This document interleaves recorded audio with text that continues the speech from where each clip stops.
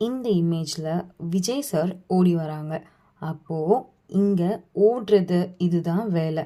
இந்த வேலையை யார் செய்கிறாங்க? நான் என்ன கொஷின் கேட்குறேன், யார் செய்கிறாங்க? அப்போ யாருன்னு கேட்டால் நீங்கள் என்ன சொல்வீங்க? விஜய் சார் ஓடி வராங்க. அப்போது இங்கே அந்த ஓடுறது அப்படிங்கிற வேலையை செய்கிறது யார்? விஜய் சார். அப்போ இவர் தான் சப்ஜெக்ட். அப்போ இவர் ஒரு நபர், கரெக்டாக ஒரு ஹியூமன். அப்போ இவர் என்ன சொல்லுவோம்? பர்சன்னு சொல்லுவோம். இப்போ ரெண்டாவது இமேஜ் பாருங்கள். இங்கே யார் ஓடி வரா? சீட்டா, கரெக்டாக. அப்போது இங்கேயும் ஓடுறது அப்படிங்கிற ஒரு வேலை தான் நடக்குது. ஆனால் அதை செய்கிறது யார்? சீட்டா. அப்போது எது ஓடி வருதுன்னு நான் கேட்டால் என்ன சொல்வீங்க? சீட்டான்னு சொல்வீங்க. அப்போ யார், எது அப்படிங்கிற கேள்விக்கு எந்த ஆன்சர் கிடைக்குதோ அந்த ஆன்சர் தான் சப்ஜெக்ட். இதை நல்லா ஞாபகம் வச்சுக்கோங்க. இப்போது தேர்ட் பிக்சர் பாருங்கள். இதில் ஓடுறது விஷயம் தான் நடக்குது. ஆனால் அந்த வேலையை செய்கிறது யார்? ஃபேன். அப்போ